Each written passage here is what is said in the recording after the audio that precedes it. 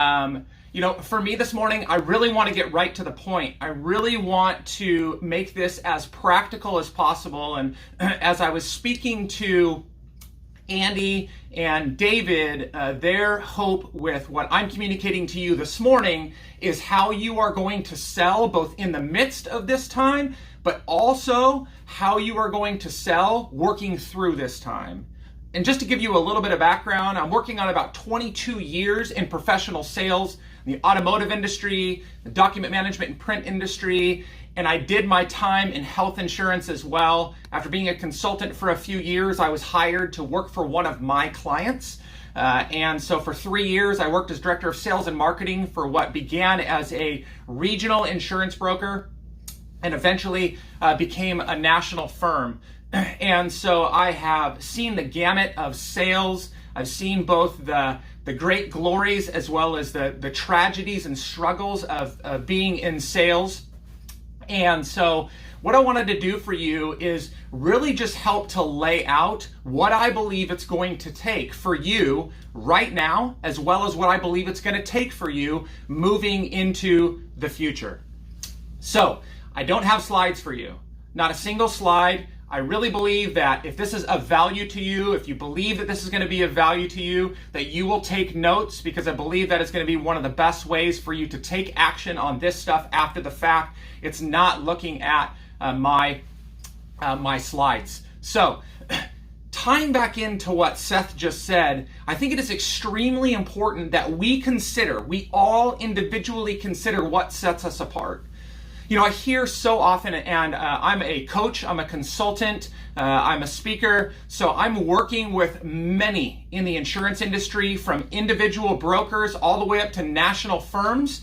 And as I have done so, I've seen some common challenges and struggles communicated that I hope you are not saying, and yet I guarantee, unfortunately, that 95 or better % of you are saying.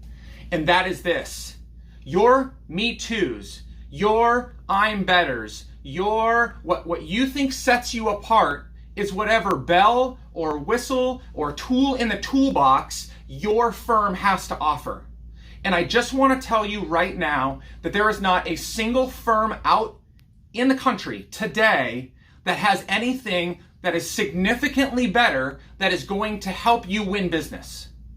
Let me say that again. I don't believe that there is a single thing that any one broker offers that is that much better than anybody else in the marketplace that is going to help you win business. I get it. You're a wizard on reference-based pricing, and you can carve out pharmacy, and you can set people up with direct primary care, and you know all about self-funding. I don't care. And really, neither do your prospects. Most of them have no idea what you're even talking about when you're trying to get in front of them. Really, all they care about is the fact that they have a problem, and hopefully you can provide some sort of solution. But when you're trying to talk about all of this wizardry, they don't get it, and they're not going to listen to what you have to say. And so again, I want to go back to this first question that I'm asking you, which is, what sets you apart? What sets you apart? Jackie and Ebby and Derek and David and Andy and Lester and whomever else is out on this call this morning. What makes you different? What sets you apart from everybody else? And at face value, even in me saying that, it's not as though the first word you speak, what you value most, what's most important to you, is automatically going to win people over. But as you build on that brand that Seth talked about, people will begin to see that you aren't just talking crap. For me, it's about being authentic. I am as transparent can be. I've said to people time and time again that I am an open book with many torn pages, meaning you're going to hear it all. And I'm going to do my best to communicate my heart to people, because I believe that's what it's going to take to attract my ideal clients to myself. And so you have to consider to communicate what sets you apart. And then once you figure that out, and this is sales, this is not marketing, this is not branding, this is all encompassing in how you are going to ultimately win business and generate revenue for yourself. So don't think that, oh, that's my marketing department's problem. This is your problem. Actually, this is your opportunity. So once you begin to understand what sets you as an individual apart, then you need to consider how you're going to communicate that. In what ways are you going to communicate that? Like I'm going to regurgitate this one a couple of times, but if you aren't on LinkedIn right now and you are not building a brand on LinkedIn that has something to do with other than COVID-19 resources, you are missing the party. You have a huge opportunity in front of you and you are missing it because of some crazy reason or because you've been using your company's resources or whatever. So anyway, so you have to think about, once you understand what sets you apart, you need to think about how you're going to communicate that to other people. Next, this is the biggest one for me, and so if you don't hear anything else from me, I want you to hear this. The second question you've got to ask yourself when you're considering how you're going to generate sales now and into the future is, what value do you add? Again, I get it. You've got an amazing customer service team.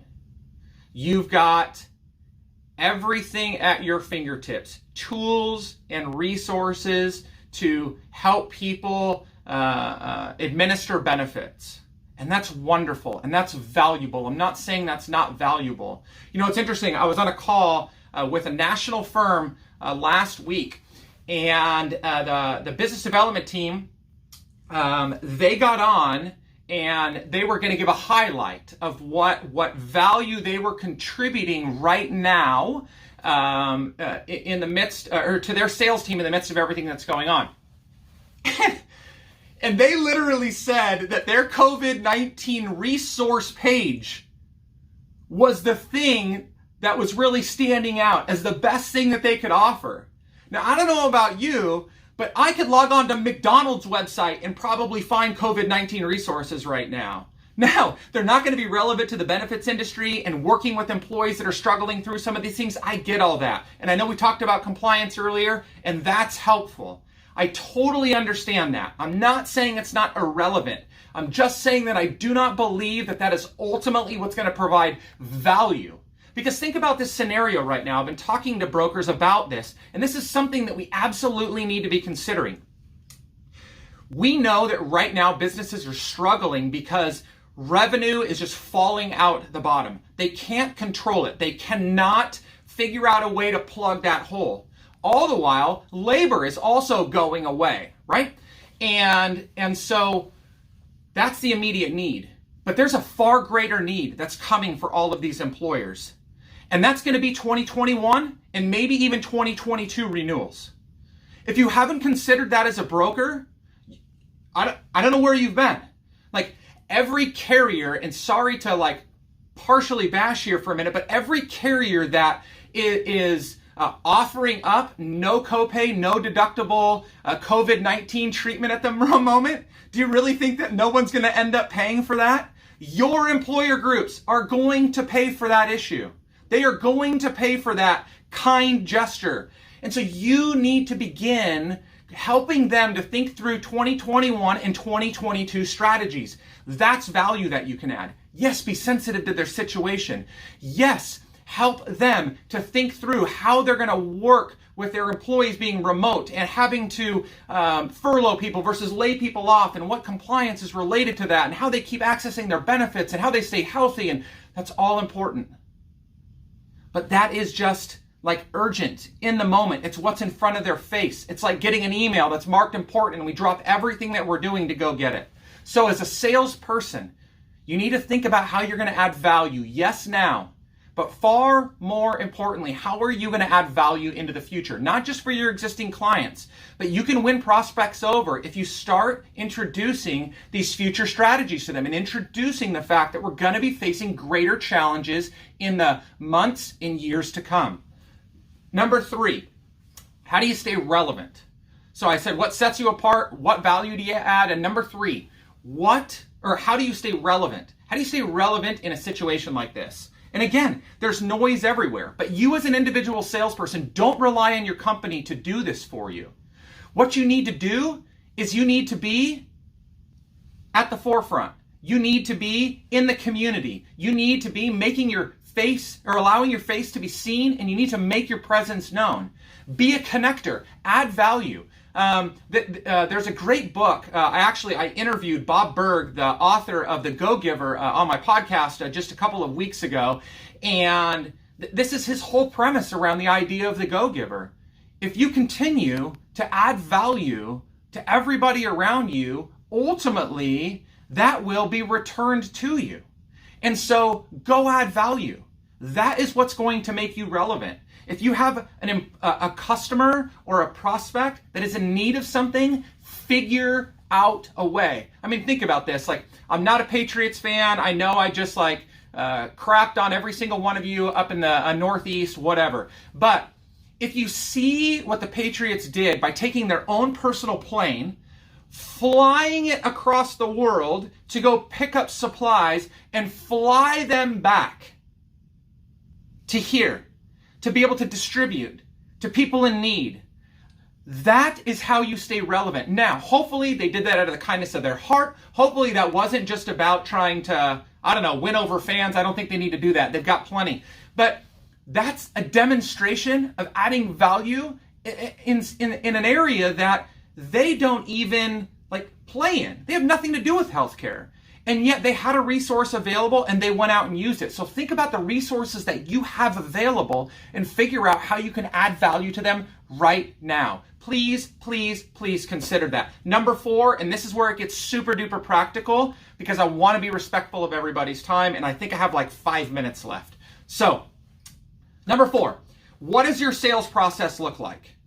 Haha.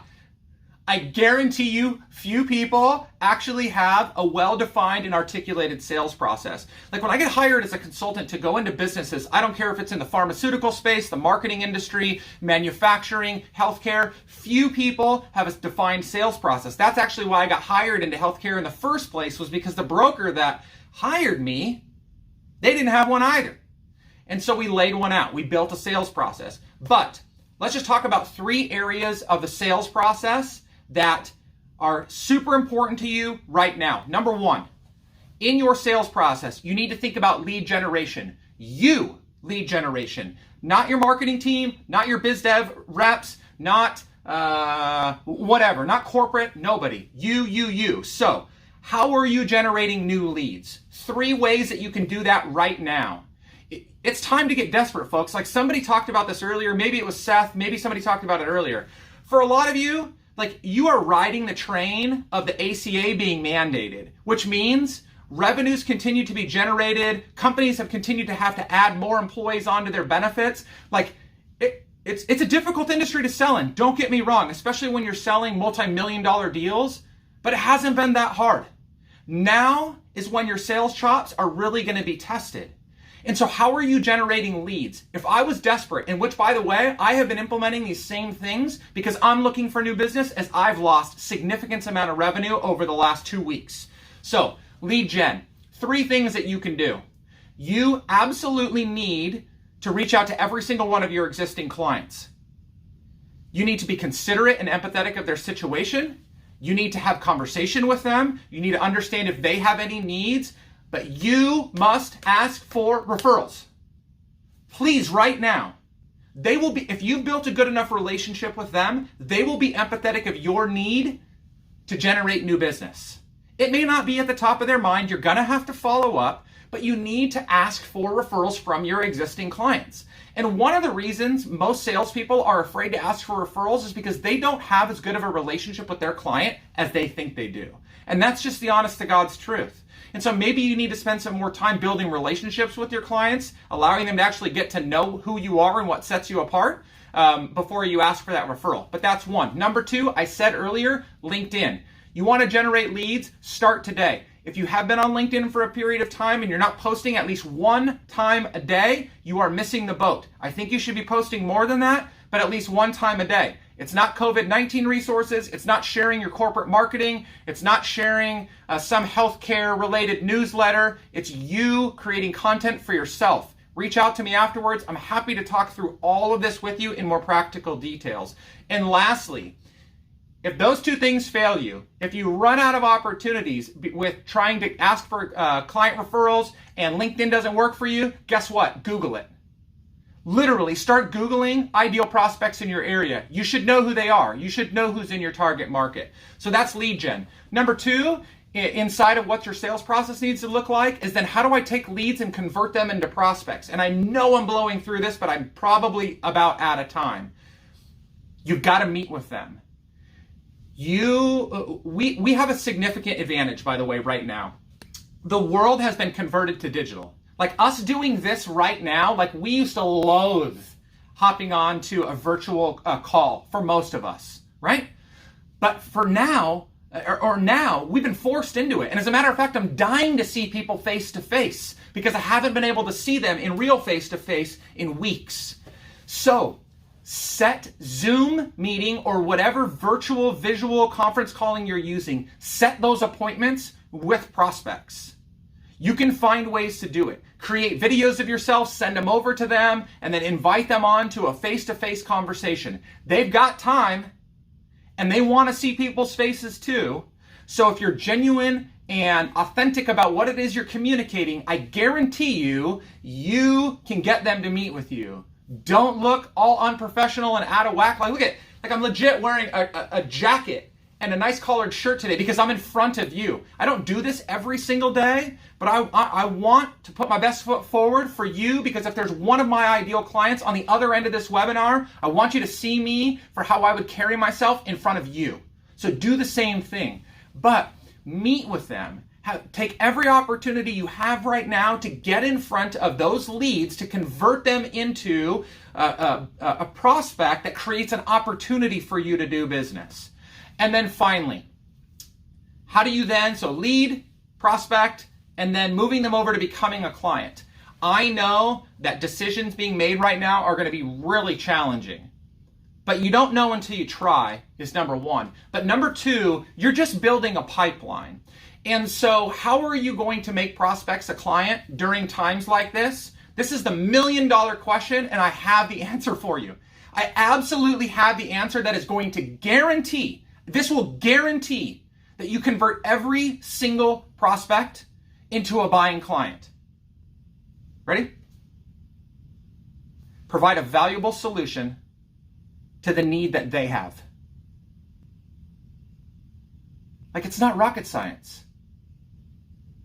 We've heard this for decades, for however long you've ever been in sales. We have needs. Other people are able to provide solutions to solve that problem.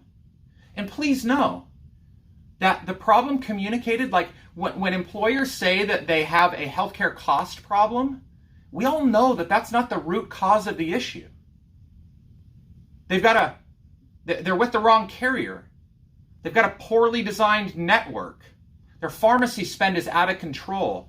Utilization is a mess. They're not using all of the tools that are available to them. And that's just one area. So get to the root cause of people's problems. Take the time to listen to what it is they have to say. Take time to listen to what it is they want. Ask them where they see their business going. Yes, they're going to be down. Yes, they're going to be struggling. Yes, you should be empathetic to that. But please understand that you still have an opportunity to add value and provide solutions because these people are going to be in business, hopefully, far longer than you're going to be alive. And so we want to make sure that we stand before them and provide solutions to the problems that they have. So with that, just as a recap, if you're thinking about how you were going to sell during this time, but ultimately thinking about the future, because we should all be thinking about that, we're not going to be in this for very much longer. As long as you think it may be, it's not going to be that much longer, and we're all going to look back and wish that we would have done things differently during this time. So to reiterate for you, the first question you need to ask yourself is what sets you apart? And then how do you communicate that? So what sets you apart and how do you communicate it? Number two is what value do you add right now and into the future of your prospects and ultimately clients? Number three is how do you stay relevant? Just go back to the value question. Add value over and over again and make yourself known. Number four is what does your sales process look like?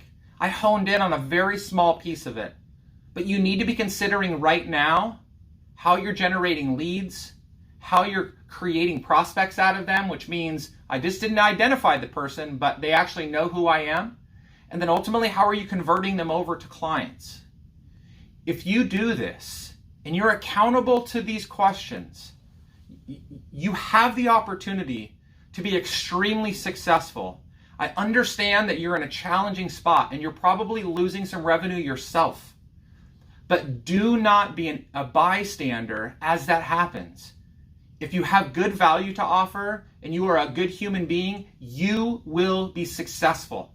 It may take a little while, but by doing the things you need to do now, you will reap the rewards later on. So with that, thank you guys. If you want to contact me, ryanjamesmiller.com is my website, and I'd be more than happy to connect with any one of you and help in any way that I can, whether it's through something that I've talked about today or any other host of things that I want to talk about. Heck, I'll talk about politics. I'll talk about whatever everybody else earlier said you shouldn't talk about.